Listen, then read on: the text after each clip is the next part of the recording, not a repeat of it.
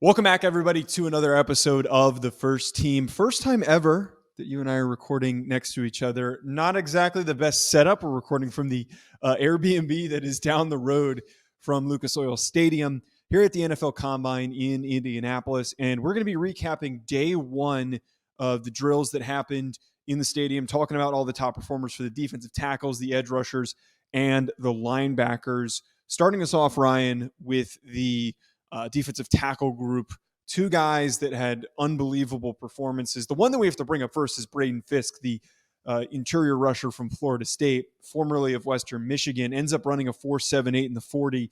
And he was one of these guys that just throughout the process, Senior Bowl was kicking butt, wasn't super clean during the Senior Bowl, but busted his ass, showed a ton of high effort plays, but ends up running a 4.78, ends up having a 33.5-inch vertical, and then a 9-foot 9-inch broad. All of those are amongst the top of the interior defensive linemen. I think for me, when you look at this guy on film, it didn't really flash to me that this was a crazy athlete. So yep. I have to go back and take another look. I thought that this was more of a late day three guy, and maybe he's got a little bit more explosiveness that I wasn't expecting. Well, I mean, it was necessary for this type of performance because you were talking about Braden Fisk, who at right around 6'4", 292 pounds, he only had 31-inch arms and has a very underwhelming wingspan, obviously. But having this type of 10-yard split, I would even go further, Joe, and say, the 40 is great, 4.78, fantastic, right? But the 1.68 10-yard split, which was the fastest of any interior defensive lineman here, on top of the 33.5-inch vert and the 9.9 broad, that demonstrates short area explosiveness, which is how a guy like Braden Fisk is going to have to win. He's not going to win with tremendous power consistently, play at the point of attack, but clearly he has first step explosiveness. And when you do watch the film, that is there. Now, the question of what is the long-term upside? How good can he be? Can he be anything more than a exclusive three technique in the four-man front? Those things are still questions that are going to be out there, but I think that we can deduce from this performance that he's obviously a very impressive short area athlete. Yeah, I've always thought with Fisk that the motor that he brings to the position, at the very least, you're going to get a really good rotational guy. I don't know if he's necessarily an every down player, one that I want out there on every single snap for me defensively, but the way that he has just been so strong throughout this process, as I mentioned earlier, I feel like amongst any of these defensive tackles, he's just been the most steady in taking these small steps forward. I would like to be clear here. I still don't see a guy that is going to go somewhere on day two. Maybe he ends up going late in the third round, but I think that's a little bit unrealistic given the measurables. But the testing is going to really help his case for any scouts that maybe overlooked some of his measurables. Well, I mean, the draft process is all about stacking days at the end of the day, right? So he goes down to the Senior Bowl, has a good week overall in Mobile, has a really nice week, obviously, here in the Combine, doing impressive things from a physical standpoint, from the athletic testing standpoint.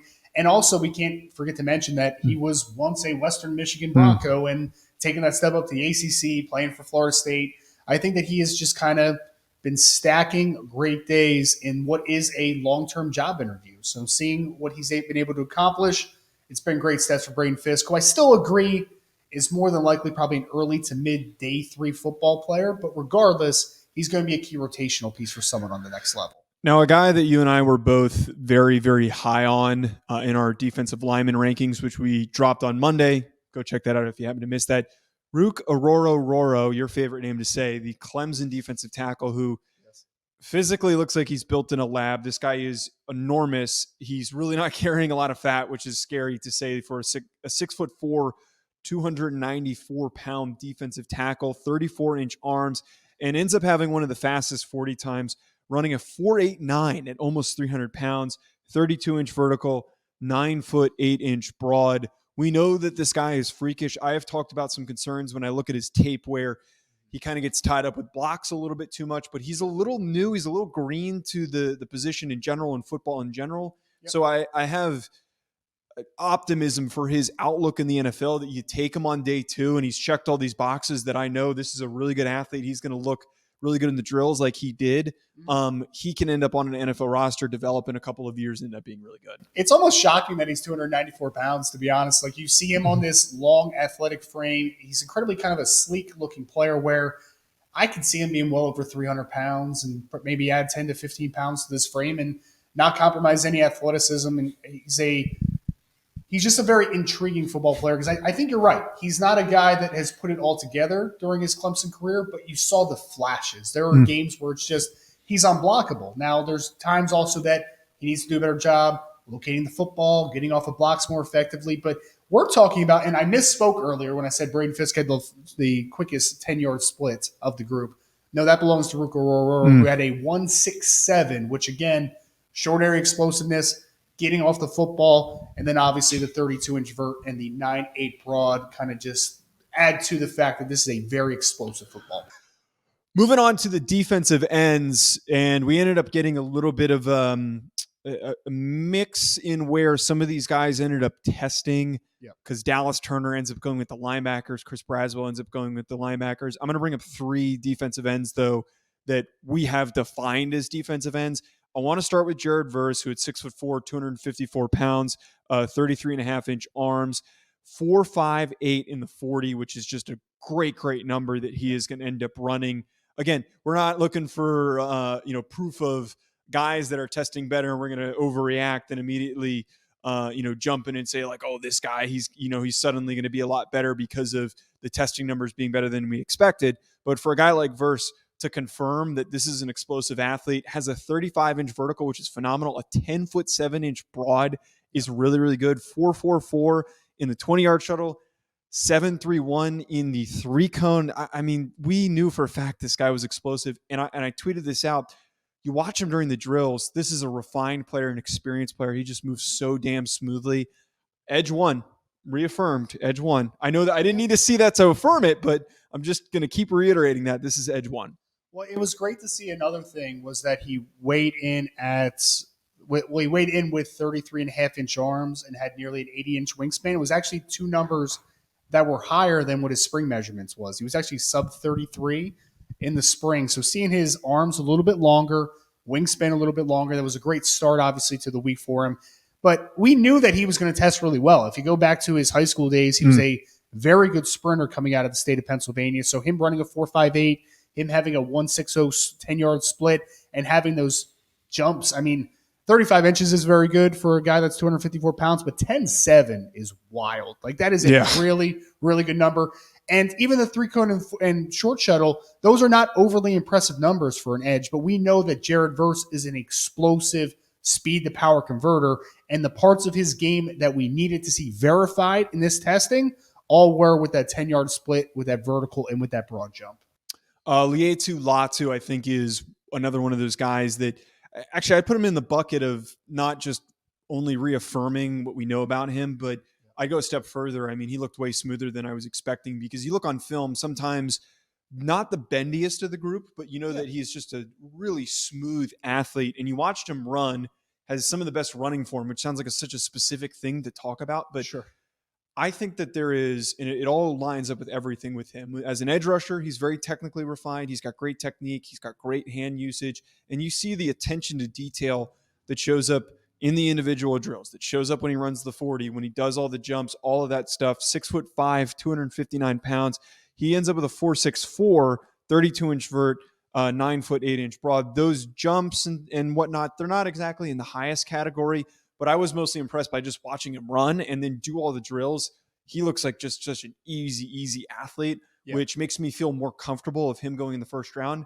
I'm still waiting to know if there's going to be any red flags that come from his medical testing. It sounds like we're going to be fine until something pops up. Their team. So it sounds like the neck injury that unfortunately cost him early on in his career at Washington before he transferred to UCLA. Sounds like the neck injury has been something that people are going to be able to push behind them and that he's going to be okay. I mean, from a testing perspective, I think the biggest thing for me was you knew that he was a guy that won more off of finesse and the ability to understand of how to attack a rush, right? You knew that that was his thing. But to show plus athleticism, this was a week, I think, that was about answering the medicals and then checking boxes athletically. And I think he checked every box, like 4.64s, rock solid. 1.62 is a good number for a 10-yard split. 32 inches in the vert, fine, not great, but solid, right? You're trying to hit those boxes, and I think that Lietu Latu also did tremendous in the positional drills, showing ankle flexion. He's not going to be the most incredible player dynamically from a athleticism skill set perspective, but he brings everything to the table that you need to be a successful pass rusher. Pardon my language, but there's always going to be a guy, I think, every year, especially with the defensive linemen, that are I'm going to start this as a thing. It's my holy shit award. The guy that you just watch and you say out loud when you're watching it, holy shit. And I'm talking about Dallas Turner, who runs a 4.47, 40.5-inch vertical, and then a 10-foot 7-inch broad. This is an unbelievable athlete, the way that he can move and the way that he fits into this group. Not as far along in terms of his development, but he is the most gifted athlete of any of these defensive ends, any of these edge rushers. I think he is scheme diverse. He can play 4-3. He can play as a stand-up rusher in a 3-4. I am just in awe of who he is as an athlete. And I'll go as far as to say I think that there is certainly a debate that could be had for Dallas Turner as the number one edge in the class, because you're going to come down to verse and say, do I want the guy that's more ready to play, or do I want the more freakish athlete that's going to turn out to be potentially the more productive pro? And Turner just, again, confirmed, we know this guy's a freak. I knew he was long, but I mean, 34 and 3/8-inch arms. That is a impressive arm length for a player that's a stand-up rusher at only 6'3", actually sub 6'3" and 247 pounds. I would say this, Joe. I mean, 1.54 10-yard split means he's explosive off the line. 4.47 in the 40. That means that he can maintain that explosiveness throughout a play. 40.5-inch vert and 10.7 broad. Like, those are just silly numbers, man. Like, those are very comparable, I believe. I have to go back and look, but like Von Miller did some stuff like that back in the day, right? And you're going to be talking about this kid athletically, whether we're talking about relative athletic score or just kind of the normal comparison that we're going to do on a daily basis. But like, this kid is going to stack up to about the best outside pass rushers, the best stand-up rushers that we have ever seen come through the combine. Two linebackers who we knew were going to be really good athletes coming into the week, but just, again, checking those boxes. Logan Wilson, 6'4", 233 pounds. Sorry. Logan Wilson went to Wyoming. Yeah, yes. You said that earlier and you confused me. I did. Peyton Wilson runs a 4.44. Yep. He ends up having a 34.5-inch vertical, 9-foot 11-inch broad. We knew he was going to be a crazy athlete. Sure. Has anyone said anything about his medicals? Because that's another guy with multiple shoulder and knee surgeries, I believe. Yes, he's had multiple shoulder injuries. Okay. Has had a couple of season-ending injuries in that regard, and he also had the ACL tear. I have not heard anything about his medicals yet, so let's hope for the best. Yeah, hoping that there's no medical issues. But oh my God, the guy flies all over the field, and very similar to Dallas Turner, where you just go, oh my God, that guy really just ran that. And this isn't a small linebacker. Like, there for some reason, there's all these 5'11" linebackers that just showed up this year. Man, there's only two. I don't know, man. It's too. That's too many. There have never been this many. I'm obviously speaking facetiously, but he's not one of those smaller guys. He is enormous. So for him to test that well is just, it gets you juiced up, and he's worth taking in the first round if it wasn't for all the medical stuff that kind of comes with him. He would be my highest graded linebacker if the medicals were not involved. And there were a couple guys that ended up not testing today, of the guys that were Jeremiah Trotter. Actually, I also didn't see Junior Colson's name on this list, Joe. So maybe Junior Colson didn't test either, which is very sad. It's very upsetting. Wait. Before you, I'm not knocking. Yes. I should have Jeremiah Trotter. We just have to talk about this. Look. Okay. I don't like to disparage, and I don't like to speak negatively on prospects. I try to be as positive as possible. I'm not saying this like this kid stinks. I'm not doing that. Yeah, he doesn't. But his measurables weren't great, and he opts not to do any of the testing. None of the athletic testing. And there's no injury reported as to why he's not doing it. Yep. I know, man. I just think that there has been a demo of fans and some analysts who have been saying that this is going to be like a really compact elite athlete. And I think that the fact that he chose not to test is kind of reaffirming that. I don't want to get ahead of myself because he could blow up at the pro day, but I don't know. It just feels a little weird. It's telling because the guys that we've seen opt out in the past are either injury related or there's some hangover. They made national title runs or they were participating in the All-Star game. Literally, he was a true junior who did not go to the All-Star game. Clemson was not a playoff team this year. They did not make a deep run. He had plenty of time to prepare for this. So unless there's some undisclosed medical reason that he did not participate today, I would say that actions speak louder than words, and lack of actions also speak those for volumes.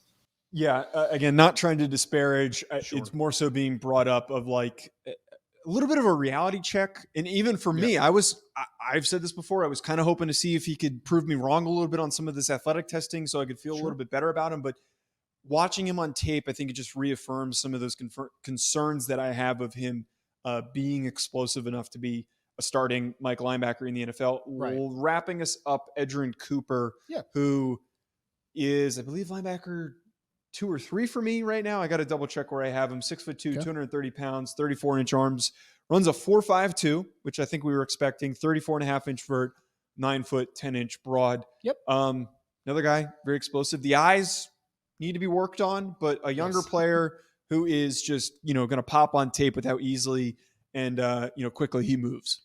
34-inch arms for a guy that was 6'2" and an eighth is a wild number, man. I just kind of want to emphasize that real quick because this is a long, athletic second-level defender. And 4.52, 1.54, 10-yard split. Like, none of those things should be overly surprising when you watch Edgerrin Cooper. And then the other athletic explosive testing, it's just requisite, right? 34.5 inches, 9'10 broad. They're both good, solid numbers for a linebacker, but you really see that explosiveness working off the line in his 40-yard dash. There's just some easy athleticism and explosiveness there. At Joe DeLeone, at Rise and Draft, at the First Team Pod, also at Believe Network. Folks, make sure you go and hit that follow button, as well as subscribing to the show on audio or on video, wherever you're tuning in. We're going to be back for the rest of this week, giving you these quick recaps, and then we're going to give our full breakdown probably on Tuesday once we're or Monday when we're both back in our normal recording studios. Stay right there, folks. We'll talk to you tomorrow.